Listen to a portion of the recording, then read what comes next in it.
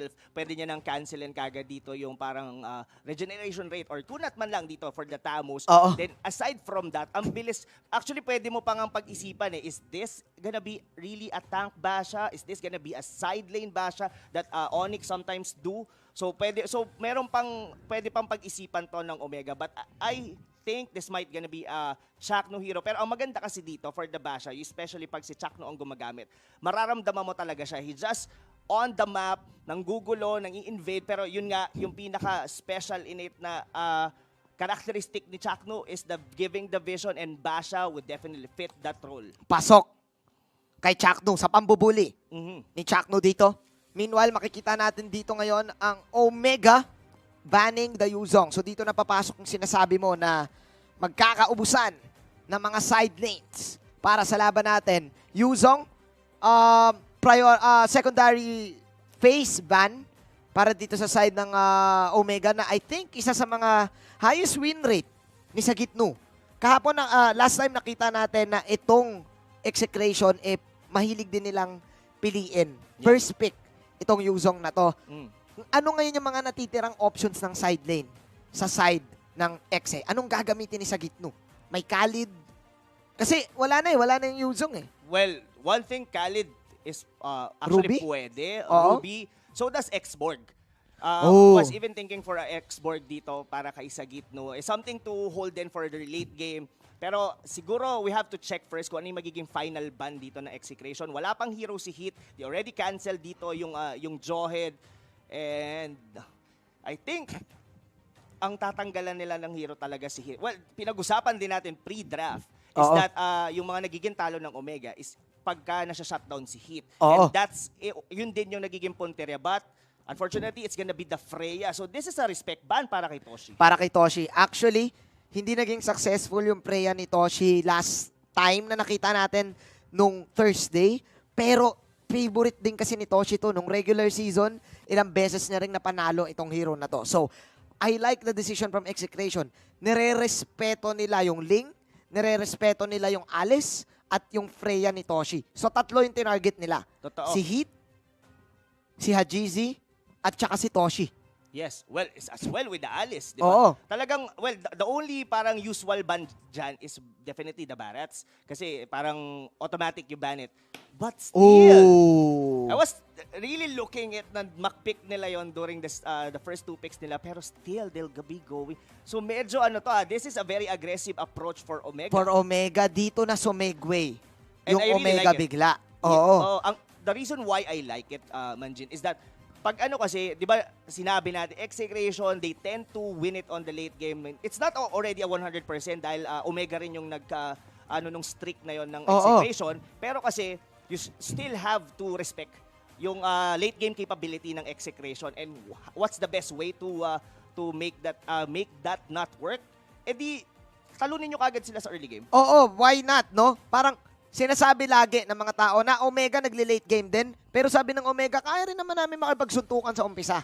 Meron kaming Selena, 4th pick, 2 mage setup para dito sa side ng Omega. If I'm not mistaken, itong Farsa na to ay gagamitin ngayon ni Toshi. I think nakita ko na rin siyang ginamit to sa side lanes. And if I'm not mistaken, naging successful din. So ngayon, with the 2 mage setup, Akai last pick, Leo Mord, last pick para sa execration. Pinag-uusapan lang yan kanina ng mga panelists natin na baka pwedeng bumalik yan. Pangatlong beses na natin nakita ngayon sa MPL. Rob, anong meron dito sa Leo Mord na to? Side lane Leo Mord is back. Isa sa mga signature execration specialty yan eh. Yes. And by the way, Sagitnu rin talaga. Specialty hero niya rin niya way back on a couple of seasons. Pero ang kagandaan kasi dito for the Leomord, medyo squishy dito ang lineup ng Omega. But you still have to think down yung last pick dito for Heat, the Akai. So meaning to say, the Leomord will be forced to use or have a spell dito na Purify dahil kung hindi, pag na-pin down siya dito ng Akai, he'll just gonna get burst down anytime, any day. So gusto ko yung naging pick dito, yung sagot dito ng Omega. Akai was the best tank that they can use against the Leomord. Tas as well with the Roger. Kasi yung Roger, yes, nagiging range siya. Pero most of the time, whenever he does damage, naka-Lycan form siya. Naka-melee. Naka-melee siya, At yes. ayaw kasi ng Roger yung mga heroes na tinutulak siya palayo. At isa dyan ang hero ni Heat dito, ang Akai. Guys, tapos na ang draft semifinals. Malalaman na natin kung sino ang magwawagi sa game number 1. Pero Rob Luna, ikaw, matanong ko, base sa lineup, mukhang early game ang gustong gawin ng Omega dito at mukhang late game pa rin sa side ng Execration. Kanino ka boboto? Draft lang.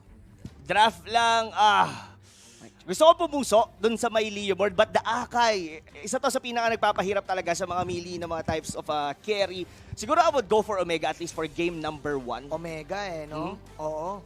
Sige, tignan natin, boys and girls, kung sino nga ba ang mananalo dito sa game 1. Looking at the items right now, you have 3 boots para dito sa side ng Execration. Meanwhile, parehas ang rotation. Oo, parehas. Dito ng dalawa, except si Haze at si Heat, Rob Luna, pinapula na kagad dito yung mga objectives. Isang mabilis to para kay Hajizi. Bukod sa mabilis, to. Totoo yan. Saka parang naka-ready na din kagad kay Haji. Pagpunta niya doon sa may orange buff, binawasan na din doon ng Akai. Pero look at the pagkat dito ni Courtesy. This is something eh. Tingnan mo, makikita mo yung lamang dito ng pag-ikot ng Omega. Kuha na ngayon ni Haji yung 2 buff niya. Mabilis na siya magle-level 4 at hindi pa nakukuha ni Hate yung kanya. This might be a possible na invade. At talagang gusto talaga ng early game kasi yung invade na sinasabi mo, Rob Luna, online pa yung retribution ni Haji dito. So prepared ang Execration kumuha dito ng early game kills. Lalong-lalo na tatamaan ngayon si Courtesy. Medyo naging overconfident lang. So nagkaroon ng onting error dito ang Omega as Chaknu will punish that one. Naligtas pa yung purple buff ni Hate. Yes, naligtas pa talaga. Pero by the way, Kuya Manjin, we do have here pala from October 27 hanggang November 13, Yun! we have to log in game and participate in the Trickster Village event and get a Halloween candies for a treasure spin. Each spin will cost 4 Halloween candies and you can get up to 7 each day. Yun! For completing the task, magkakaroon ka ng Terisla special skin na Hammer Giant and na guaranteed siya on 10 spin and you don't want to miss that one out. Paikutin nyo na yung spin na yan. Speaking of spin, pinapaikot lang ni Courtesy dito yung kanyang mga sights sa top lane as we are now looking again sa ating preparations dito on the battle spells. Yung retribution dito ay hindi na nagamit para sa pag-invade ng side ng Omega.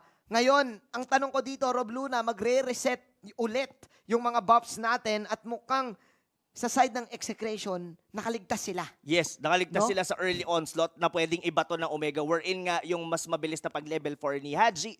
So I guess that's a clear win for at least dito sa Execration. Pero yun na, nag-Mountain Shocker na dito. Mountain Shocker plus the stun, plus yung extra pang stun ng Garrote. First blood. Joke lang, pangalawang kill. I mean, para dito sa Exe, pero yung Omega ay nakakuha ng isa. So reset ulit yung game. Level 5 si GC dito. Meanwhile, level 5 din si Hate. Rob Luna, gaano magiging kaimportante ang Mountain Shocker ngayon?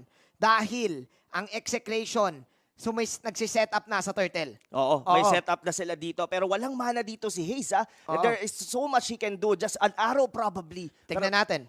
Tignan natin dahil si Sagitno ay namumula na ngayon. Si Chaknu ay mag-isang nakipag one-on-one sa 3 at isa pang arrow ang tatama sa kanya dito. Hindi niya na backs out yung ibang members dito ng Omega as Execration will back off. Back off. Ang galing ng ginawa doon ni Hit. The reason bakit na-reset yung Turtle kasi nasa likod doon si Hit at naalangan doon yung 2 members ng Execration kasi pwede silang mapin down at nag-back na lang sila. Meanwhile, naipit si Chakno. Nandun siya sa may bandang baba ng Turtle Pit at siya yung na-sandwich. Oo nga. That was a Klarong-klaro na nagkaroon ng miscommunication ang Execration doon sa Turtle fight na yun. Ikaw na nagsabi, naipit pa si Chaknu. Instead of siya sana yung gagawa ng space, nalugi pa. Nalugi talaga. And that was a perfect position coming from Heat. Yung binigay niya, to be honest, I'm not sure kung nag-hurricane dance siya doon. Nag-hurricane dance? Nag-hurricane dance siya doon sa ibaba. That's the reason na na-cancel and nag-reset yung turtle buff. So, ang pinakamagandang nangyari doon is that bukod sa na-reset, napatay pa nila si Chakno. To be honest, hindi ganon din ka-prepared yung front lines ng Omega that time. Oo. At pwede ngang tuluyan na lang nila agad. And there's must be a possibility baka walang retribution that time yung execration. So hindi nila na-secure or hindi nila pinilit. Or baka talagang sobrang layo. Kasi nga, again, yung pinag-uusapan natin kanina, Chakno versus Heat, parehas sila ng plano na box out yung dalawang heroes dito, pero si Heat, fundamental na pag-iisip, nag-hurricane dance para sure talaga na hindi makakalapit. Kasi again, yung back siya, kapag rumorolyo, na-atake mo eh. Oo. 'Di ba? Yung hurricane dance, na-atake mo nga, pero talagang itutulak ka palayo. Totoo. Oo. Unless range ka para Oo. mabawasan mo yung Akai. Pero now, yung draft dito ng Omega, medyo unti-unti na nating nararamdaman. We're already heading into the mid-game. So Oo. may basag na silang isang Torres sa ibaba. Well, at least saving grace pa naman for the side of execration. Hindi pa naman sila pero mukhang mamamatay dito si Etomax. Oy, buti na lang kamo may onting shield na proc. Pero ayon ang tulak na mula dito kay Heat, attacking the Chak Mamba. Pangalawang pitas na naman. Make that 3 na pala na pitas dito kay Chakno. Mukhang favorite ng Omega ngayon, itong si paring Josh. Paring Josh. Pero that's a clear miscommunication kasi wala nang buhay doon si Etomax eh. And what's the reason sa pagtalon doon ni Chakno? Even though na makapag-pin, makapag-ulti siya, those were 3 heroes. Inhaji was even there. So, there's no point doon sa pagpasok na yun ni Chakno. Meanwhile, namatay pa si Hate. I think ang gusto lang din talagang gawin ng execration dito, yung sinabi mo kanina na iligtas ang isa't isa sa kapahamakan, iligtas yung tower na nasa gitna. Even though si Etomax, muntika na kasi siyang mamatay doon eh. Kaya talagang nangyari. Again, kaso ang problema, it's a trap. It's a trap. Diba? May vision Indeed. kayo ng Mountain Shocker and everything. So, hindi nagwo-work ngayon yung space na gustong gawin ng execration para sa mga carries nila, Rob Luna. Yes, dominant din as well si Curtisi doon sa may top. So does the Leomore dito, hindi siya makapag-push kasi dahil dito sa Farsa, laging clear yung minion wave sa baba. Oo. This is what Omega really wants. Talagang mag-shine sila dito at ipitin at i-choke definitely ang execration. So ngayon, napupunta na ngayon ang execration to the point that they have to turtle it out. Kailangan nilang mag-hold up until late game para at least mag-shine yung mga hero nila. Kasi they have these innate heroes pa rin naman na mag-shine, mag-outscale dito sa mga heroes ng Omega, pero that's only on the late game. Kailangan nang wag paabutin ng Omega dito kasi narinig nila din yung panel eh. Yep. Sabi nila, lagi nang gusto ng execution ng late game pala o di early game natin. Sabi dito ni na Coach Dale. And mukhang yun talaga yung nangyayari ngayon kasi sinurpresa tayo nitong 2 mage setup na naman ng Omega na hindi natin madalas makita. Yes, yes. And this is perfectly executed right now for Omega, mga kaibigan. And look at how Haze, siya yung isa sa mga nagbibigay talaga dito ng perfect vision for the whole Omega squad. Not only on the traps, the consistent na yung aggressive na mga panay. Look at that. Lagi nilang alam kung nasan yung mga pwesto dito ng mga members ng execration. Oh my, speaking of pwesto, hindi na nakapwesto si Sagitnu. Nakakatakot na ngayon ang Yishun Shin, Benny Cutie sinipa, pero si Toshi dito, tumitipi-tipi pa.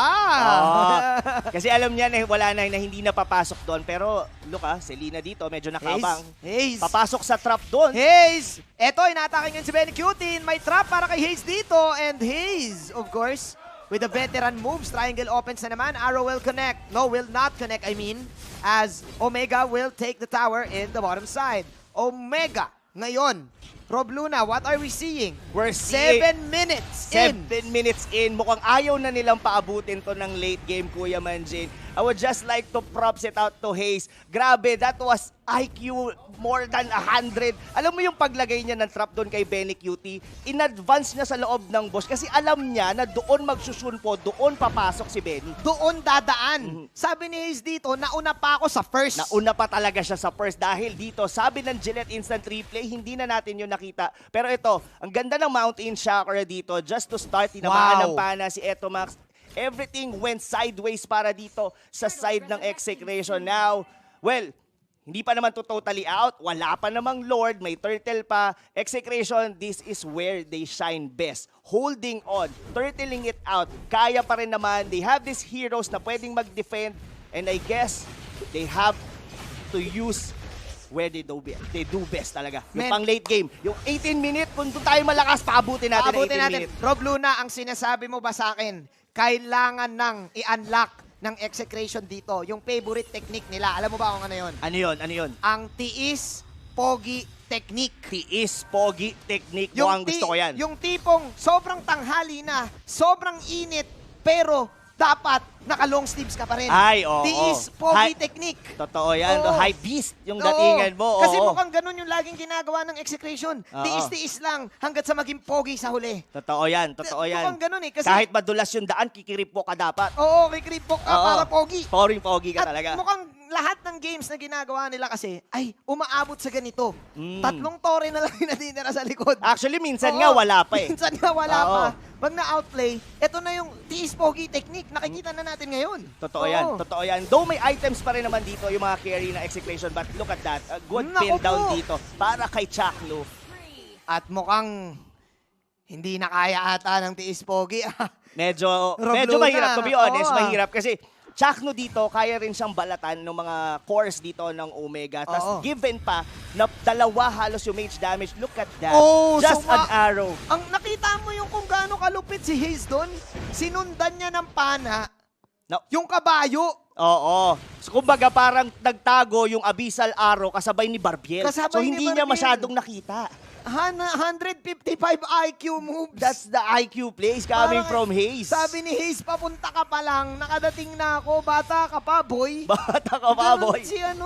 si Haze maglaro eh. Oo. Pero I guess, Kuya Manji, nagpapainit pa lang dito ang execration. This is still a 10,000 lead. Commanding to, of course, for Omega. Pero this is where they draft. Ito Oo. yung winning condition talaga nila eh. Oo. Now, they have to win it early to mid-game. At ayaw na talaga na umabot pa sa late game wherein sumabay at umabot yung mga items ng exe. Ganito ang lagi nating nakikitang karakteristik sa side ng execration. Ang lakas makapinoy talaga. Yung tipong magtitiis, buong maghapon magtatrabaho, tapos pawis na ilalakad mo pa rin. Ay, oo. Yung papunta, laban lang talaga. Lagi, para sa side ng execration. Exactly. Oo. Naalala ko pa si Kuya Billy, may post yun. Sabi niya, ang bida nagpapabugbog sa huli. Parang ganun nga So, pero sabi kasi ng Omega dito, Ay, sa una pala. sa una. Nagpapabugbog sa Oo. una. Sa Oo. huli pwede rin. Pwede rin sa huli. Kasi bugbugan na talaga sa Oo. huli.